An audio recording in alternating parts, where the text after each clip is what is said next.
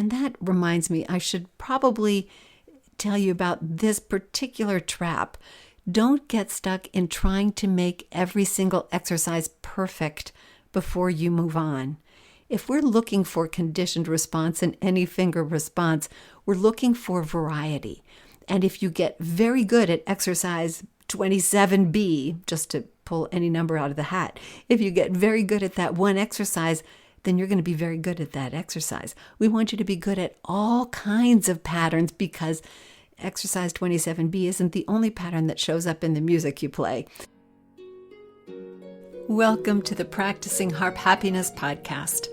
I'm Anne Sullivan, a harpist on a mission to empower every harpist to experience more harp happiness. Over my decades-long harp journey, I've had lots of successes and more than a few failures, and I know firsthand what it's like to feel that playing the harp the way you want may not be possible for you. Now I play and teach all over the world, and I know what most harpists are never taught: the secrets to gaining the skills and confidence you need to play the harp with beauty, freedom, and joy. That's what the Practicing Harp Happiness podcast is all about, showing you simple steps to help you play the music you want the way you want. If you're an experienced harpist looking for that next level, or a harp newbie anxious to avoid the pitfalls, or a harpist who just wants more fulfillment and a little encouragement, you're in the right place, my friend. So let's get started. First, I want to let you in on something special. I think the most important thing you can do for your harp playing is to develop the habits that lead to success, whatever that looks like for you. All of us want to learn how to play the harp beautifully, how to play with confidence and enjoy making music. And if you really want to learn those things, videos are great, but live learning is essential. You need to be able to ask questions and get answers. You can't do that with just a video, which is what makes the My Harp Mastery community so special. My Harp Mastery membership is for those who really want an online experience that lets them learn at their own pace and learn what they want and be able to learn live from expert coaches every single week. Plus, you get to connect with other harpists in the community who have the same desires for their playing. This is not only a powerful learning platform, but it's also the most generous community of harpists anywhere on the planet. They're harpists with a positive outlook, a growth mindset, and a spirit of support for their fellow harpists on the journey with them. We're ready for you. Join us. Just go to harpmastery.com/join-now. That's harpmastery.com/join-now. Welcome to the show. Since you're here with me today, I know you are the kind of harpist who knows that technique matters. You take your warm-up seriously. You have exercises and etudes that you play regularly, maybe even religiously. You subscribe with me to the motto, if your fingers can't play it, you can't play it. But there may be times when you, even as dedicated to your technique work as you are, need a new direction, some more motivation, inspiration, and know-how to move your technique to the next level. So here's the thing we don't want to think about.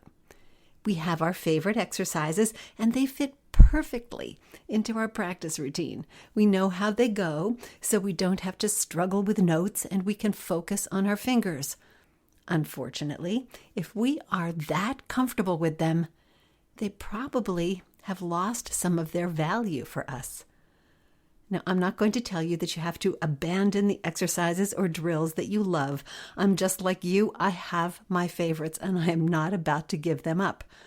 But I am going to suggest very strongly that you need to switch them up with some that will provide you with a little more challenge.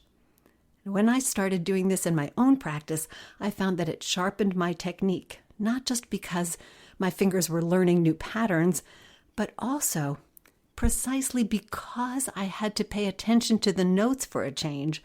I was even more focused on what I was doing. No chance to go on autopilot, even for a minute. So today I'm going to share information about 3 exercise books you might not know, but that I think you should. Why? Because your technique work should be about leveling up. And if you're doing the same old, you definitely aren't leveling up.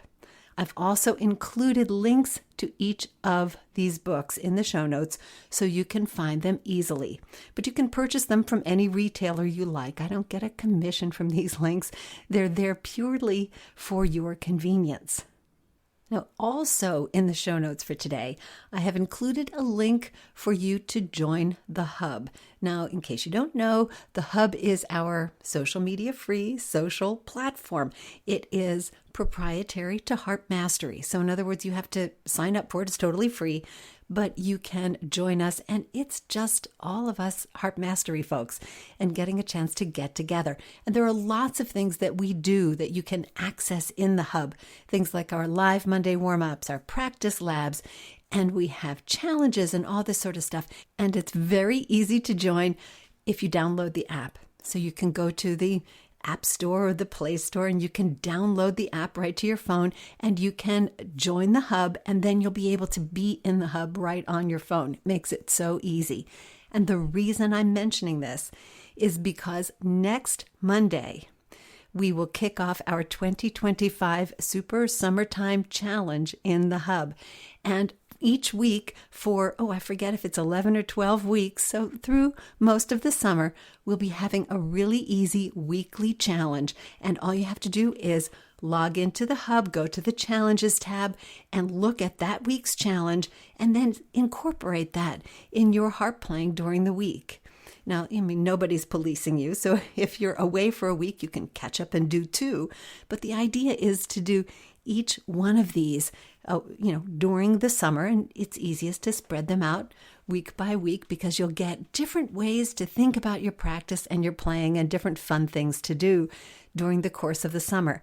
And if you participate and mark, check that you've done each one of these challenges, there's a way to do that right in the app. So if you complete each one of these weekly challenges, your name will be entered into a drawing for a little Harp Mastery bundle of goodies. So we'll be doing that at the end of the summer, kind of a nice way to celebrate things. And all you have to do is participate in the challenge. You'd be playing your harp anyway, right? So why not? So as I said, if you're not a member of the Hub already, you will find the link to join the Hub right in today's show notes. If you can't find the show notes in your podcast app, hop on over to the podcast tab at harpmastery.com, or you can get there right from the link in the app if you have the app, and you'll see the show notes there. This is episode 212, and you can find the show notes and you'll have all those links right there. So I want you to have fun and enjoy the summertime challenge that we have for you. It's totally free, of course, and it's totally fun. So you'll be able to join us there and have fun with us along with everything else that we do at Harp Mastery. So that's all about the fun. And I don't know if you think technique practice is fun or not. I do. I certainly didn't always. And that's why I think today's topic is so important.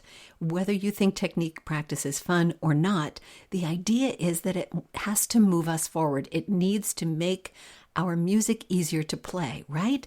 We expect that if we improve our technique, our playing will get easier. And it does. It does work that way, which is wonderful.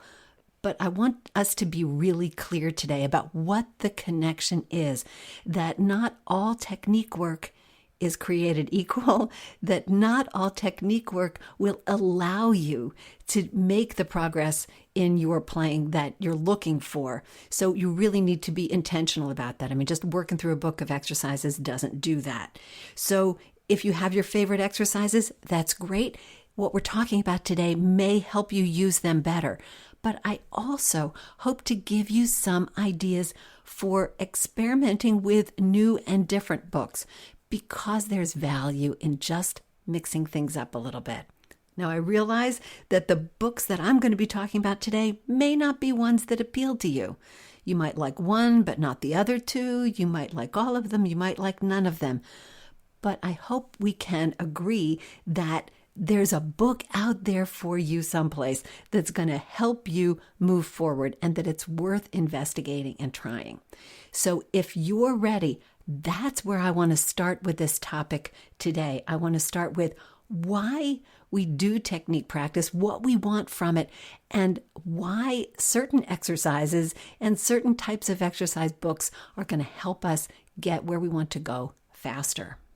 So let's start by thinking about what we want from our technique work that is beyond the very basics of mechanics. I mean, we hold our hands this way, we have our fingers move this way. We know that that's where we start. But as we progress in our harp studies, we're looking for more from our technique work. We're looking for accuracy, I think, first and foremost, getting the finger on the right string and getting it there promptly, right, at the right time, getting it there cleanly so we don't have a lot of buzzing, and having it be in playing position when it gets on the string. So there's really quite a lot to just that basic accuracy. And in fact, this is where I go back to kind of this stage of my technique practice. If I find that things just aren't kind of working right, I just look at, are my fingers landing on the string the right way? Are they landing there cleanly in playing position? Is my placing accurate? So accuracy is a great place to start. And then beyond that, the next level up, if you will, is to really be building in speed. Now, that's not to say that we're not working at these things at the same time, because I think we are, right? We're looking for all these different angles of what our technique needs to do, and we're practicing them at the same time. This is why I think whatever kind of exercises you're doing, you want to do them at slower tempos so that you can check your accuracy, and at faster tempos, and in fact at a range of tempos so that you're building in the flexibility to have your fingers respond at any speed you want to play. In fact, if you are having trouble getting your fingers to move fast enough in the music you're playing, look at your technique work. Are you doing your technique work at the kind of speed that you want to develop in your fingers? Because that's where it's going to start. Okay, so the first couple things we're looking for from our technique work are accuracy and speed. Beyond that, I think we're looking for two more subtle things, and they're kinds of responses from our fingers. The first one I call a conditioned response. And by that, what I mean is essentially, when I see this, my fingers do that. See this, do that. I don't know if you've ever had this experience. Many people do, but maybe your reading experience isn't quite like this or not like this yet. But when your reading is working at the same speed as you're playing, you almost have the sensation of your eyes looking at the page, and then it just comes out of your fingers without you having to think about it. You're not thinking about the fingering. You're not stumbling over it. It's like your fingers are reading the music. That's what we're looking for. And that kind of conditioned response happens in two ways. It happens obviously as we practice music. We're practicing a piece and we practice it over and over and over, and we learn it, and that's how that happens. But that also happens in our technique work. And that's why a variety of patterns and having a lot of variety in your technique work is very helpful, because we want to give you and your fingers as much exposure as we can to these different kinds of patterns that show up in our playing. So that if you have this set of exercises that you love and you do all the time, that's great. But getting outside the box will enable you to essentially enlarge your fingers' vocabulary, and they're going to be able to look at a pattern and know how to play it without you having to work out the fingering. That's what I'm talking about, and I know how good that sounds. If you're not at that point yet, this is one of the ways to get there, the kind of stuff we're talking about today. So that first response is the conditioned response, the see this and do that. I see it and my fingers do that. Okay, the second one I call any finger response. And this is about the fact that you have enough independence in your fingers, and each finger is trained so well individually that it gives you lots of fingering choices, because any finger can pretty much do any other finger's job. It's not like, oh, well, I always play this interval with thumb and second finger, so I can't use another pair of fingers to do it because I always do it this way. Or I always use this one scale fingering, and so I can't use this twisty fingering because I stumble over it. We want to get beyond that point. Obviously, we start with the usual, the idiomatic, characteristic, if you will, fingerings for scales and arpeggios and intervals and triads, because they're the ones we use most often. But we don't want to stop there. We want every finger to be able to step up and do the job of any other finger just because they can, because it gives you fingering options. And in fact, it can even help you out of an inadvertent stumble in a performance, right? It's like, oh, screwed up the fingering. Well, that's okay. My fingers are going to, they're going to just cover for each other. So this is a pretty subtle thing, but it comes about through a variety of technique practice. Or a better way to say that would be from adding variety to your technique practice. All right, so our technique work is supposed to help us develop accuracy, speed, conditioned response, and any finger response. So now I want to go to the 3 books that I've just chosen to talk about today, tell you a little bit about what the book is like, why I like the book, why you might like the book, how it addresses these different kinds of levels, and how you might use it. So let's get started with the first book I'm going to recommend today. That's The Big Book of Exercises for Harp by Isabelle Fruvel. Now, to be absolutely transparent, I do not use this book myself, but I wanted to include it here, and I think it's valuable, and I have found it valuable for some of my students because it is a big book. It's got a lot of stuff. And this is the easiest of the 3 books I'm recommending today. It starts at a beginner-ish kind of level and certainly works through intermediate. So wherever you are on your harp journey, you're going to be able to find something that you like here. Why I like this book is that it's got a lot of exercises in it. They're very carefully ordered too, just like lots of exercise books, all the best ones are, with, okay, do these exercises, then these, then these, then these. So you're building from, single notes to 2 notes to 3-note chords to 4-note chords to bigger scales and arpeggios. She makes sure that you work all over the range of the harp. She even includes some pedal exercises if you are a pedal harpist. But you don't need to be a pedal harpist to use this book. So it really has a lot of pluses because it's so big, and it gets you working in all kinds of different keys. Also a plus. Not every exercise book does that. So there's a lot in here that I think is valuable, and frankly, there's just a lot in the book. But so let's talk about how it really fits with what we're trying to do in terms of levels. I think the exercises are very clearly geared, especially early on, toward helping you develop accuracy. And then she does want you to work with rhythm and building up to speed. That's something, of course, we can do with any set of exercises. But there are so many different patterns and so many different things that are included in this book that I really think you're going to get a lot of variety and a chance to really work on those conditioned response and any finger response things. As I said, this book is at an easier level than the other 2. So if you feel like you're not ready to make a big leap into more difficult exercise books, then I would start here.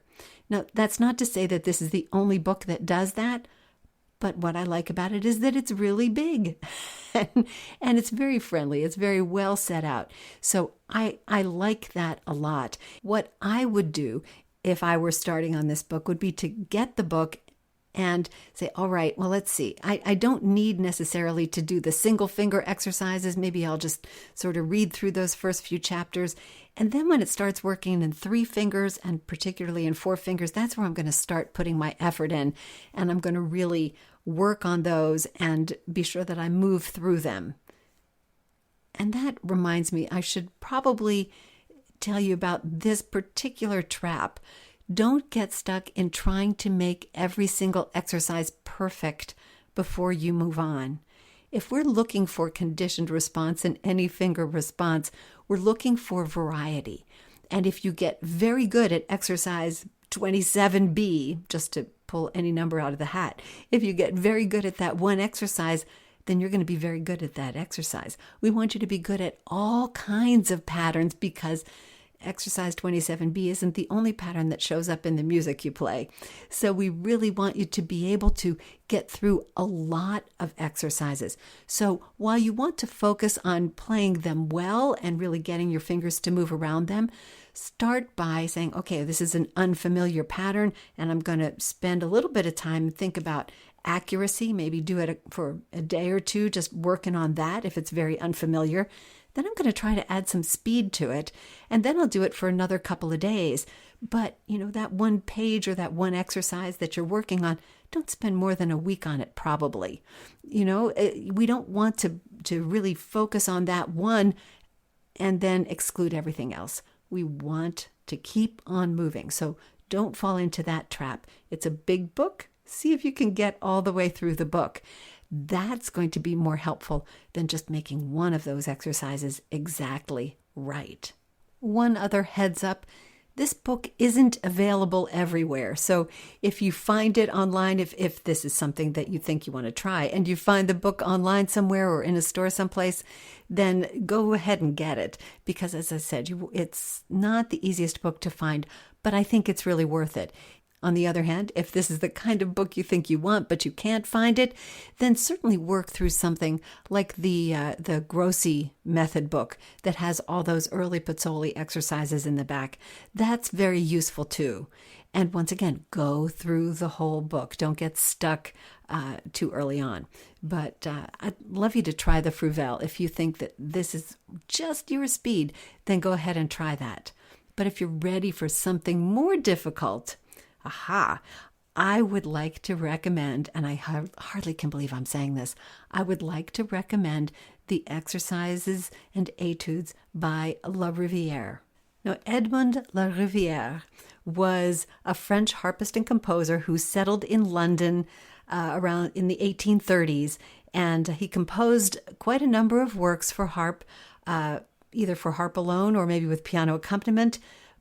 But this is the work that everyone knows. It's a book of exercises and etudes for harp. Okay, enough said. But why can't I believe I'm recommending this book? Because when I was a young harp student, this was the book I couldn't stand.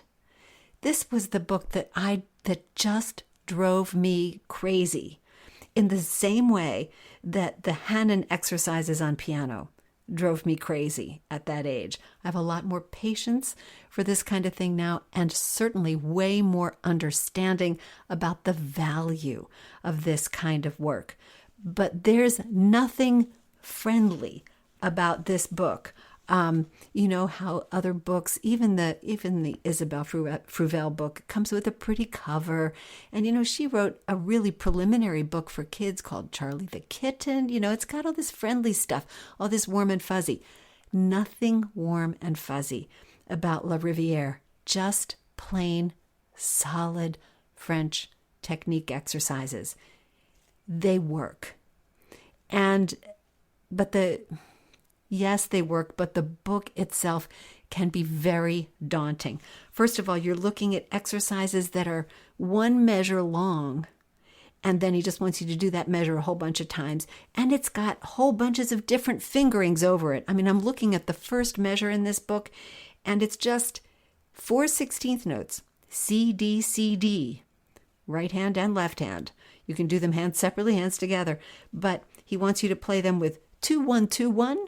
Right? 4 notes, 2 1 2 1, C, D, C, D, a little kind of a trill thing, or do it with 3 and 2, 3 2 3 2, or with 4 and 3, 4 3 4 3. Ooh, talk about any finger response. This is where it lives. This is how you develop that. This is fingering flexibility, just over the top. Every exercise in this book has those kinds of options or at least a pretty repetitive pattern. In fact, on the first page and a half, there's nothing longer than one measure here. But they're finger patterns and you go over them and over them. And in fact, if you were to do the first page and a half in this book, you'd probably get as much benefit from this as you would from an entire exercise book that was a little bit more warm and fuzzy. As I said, this is going to really work your fingers. And the way to use this book rather, is to say, all right, I'm going to take a couple of lines and I'm going to do each pattern several times. I'm going to try it with each fingering he says.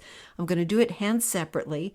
When you get more used to it, you can do it hands together and just get accustomed to the different patterns. Some of them are going to be very easy and you could add speed to them right away. Others are going to be trickier and you're going to have to figure them out. He does some things right here in the first line that are going to be real finger twisters for a lot of you. And they were for me years ago until I learned to do them. So if there are ones that you can't do right away, just kind of try them and then skip and move on to the next one, but give everything a try. Now, also in this book, he has little what he calls themes. And it's a little tune with chords in one hand and octaves in the other. And then he gives you variations. So imagine you're looking at, 16, 24 measures of, chords in one hand, octaves in the other, just a nice simple boop, boop, boop, boop, boop. Well, nothing simple about it. First, he has you play it as written. And so that means you have to learn some notes. But then the hand that has those chords to play, he gives you dozens of variations. In fact, he gives you 4 dozen variations for the right hand chords in this first of these themes. And so you play the chord, instead of playing it just as a quarter note chord, you're going to play it as 4/16 notes in all these various patterns that you worked on in the exercises before this. So it's a way to sort of test these out, a little mini etude thing. And it's very repetitive. It's absolutely just exhaustive. It might be exhausting too, but it's covering everything. So if you want your fingers to be more nimble, if you want them to learn how to just get around the strings, this is a book you could try. Just take it easy. Now, don't go through, don't feel like you're going to go through all the exercises at once, because you won't. You don't have to do the etudes to get the benefit from this book. I mean, he's got several etudes in here that are pages and pages long, and you don't have to do those. Stick with the exercises, but make your fingers learn these different patterns. I guarantee if you've never done anything like this, it is going to be an eye-opener for you. You're going to be like, whoa, I didn't even know my fingers were supposed to ever do this. And someplace around page 5 or 6, he starts with exercises where the 2 hands are doing different things. So as much as these first exercises were working on independence of the fingers, he's now working on independence of the hands as well. This is such important work. And I think that this is a book that if you have the patience for it, if you feel like this is really something you need to do, it's going to make a huge difference for you. And this is coming from somebody who really has trouble recommending this book, because I know how much I hated it, but that's because I was much younger at the time. I know the value. This is a book that I use, and it's worth it. No matter what level of harp playing you're at. Well, probably not if you're a raw beginner, but if you're an intermediate player, this could make the difference you're looking for in your playing. So I highly recommend it. The third book of exercises is my personal favorite because it's short. Unlike the La Riviere, which takes pages and pages and is exhaustive in its approach to technique, the conditioning exercises by Salcedo are just 10 exercises. And in fact, if you look at the La Riviere, you will find every one of the patterns in Salzato's conditioning exercises in the La Riviere somewhere. So these are exercises where he's just taken 10 core patterns, things that your fingers really need to learn, and said, okay, this is what you're going to do. And if you do those exercises, your fingers are going to get in condition and stay in condition. And for me, this has been true. I find the first 6 exercises in there particularly useful for students who just haven't developed their finger flexibility the way they want. Exercises 7, 8 are all about dominant 7th chord arpeggios, one-hand arpeggios with some little oscillation patterns in them. That may be a topic we need to talk about at some time. But the dominant 7th chord arpeggios are quite they're a little challenging, actually. Quite good for you is what I was about to say, but they certainly are challenging. And then exercises 9 and 10 are scale exercises. The thing that you need to know if you do those pairs of exercises, 7 and 8 and 9 and 10, is that he's very deliberate that the first one of those exercises, exercise 7 for the arpeggios and 9 for the scales, are meant to be done slower. And then the next ones, the following ones, are twice as fast. So he's also working at the speed factor in there. So it's accuracy, it's conditioned response, it's any finger response and speed, all wrapped up into 10 short exercises. These, I will tell you, in case you've never seen it, this little skinny volume, he says this is for beginning to advanced harpists. I was certainly first given these exercises when I was a very young student. I was probably 8 or 9 when I was first given them, and I'm still working on them. So they've been a lifelong friend of mine, but I don't really recommend them for true beginners because it will be a shock to the system, particularly if you're not working on them with a teacher. If you're working on them with a teacher or a coach who can help you get through some of the slightly more challenging patterns, then that'll make everything easier for you. But if you're doing them on your own, let's get you to sort of an intermediate level before you take a look at them. Oh, go ahead and take a look at them anyway. But if they seem like a little bit more of a challenge than you're ready to tackle on your own, then, call in some help, right? and call up your teacher, call up your coach and say, okay, wait, tell me how to do these. And that's something that should be true for any set of exercises that you do.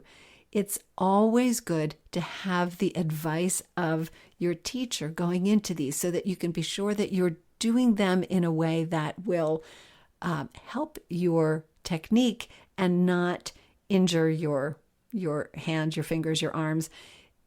Nothing in any of these exercises is in itself hurtful or injurious or anything you have to watch out for. But we don't want to overstress those delicate tendons. We want to be very mindful of our physical response to this kind of work. So follow your best practices. And as I said, it doesn't hurt to get some advice and have a couple of lessons on them so that your teacher can help you work through them in the best way for you. So those were the 3 technique books I wanted to recommend to you. As I said, feel free to think about the concepts that we were talking about today, working on accuracy and speed and conditioned response and any finger response with any technique book you have. But remember, that's where you're going. We don't want your technique to be stuck in a rut. We want you to be leveling up and moving forward, because if your fingers can't play it, you can't play it. Next week on the podcast, we're going to be talking about how to make any kind of music sound right.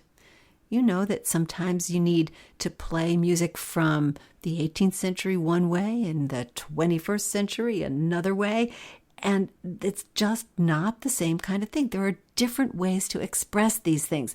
Sometimes we can use a lot of vibrato, sometimes not. Do we roll chords? Do we not? So we're going to be talking about those stylistic differences so that you can consider how you use those in the music you play and how you make everything sound right. So that's next week on the podcast. In the meantime, be sure you are signed up as a Hub member. You can do that by going to the app, or you can do that right on our website, harpmastery.com. Joining the Hub is the best way to stay in touch with us. And of course, it's going to put you right in the right place to start when we begin our 2025 Summertime Challenge next Monday. So that's totally free, and it's just a lot of fun. We had a great time with it last year, and I've got a little twist on some of the things for us for this year. So our Summertime Challenge starts next week, and I want you to be there. And of course, I'll be back here on the podcast with you next week too. In the meantime, remember, every day is a day you can add more harp happiness to the universe, to your world, and to your spirit. And all you have to do is play. Thanks so much for listening, and I'll see you next time.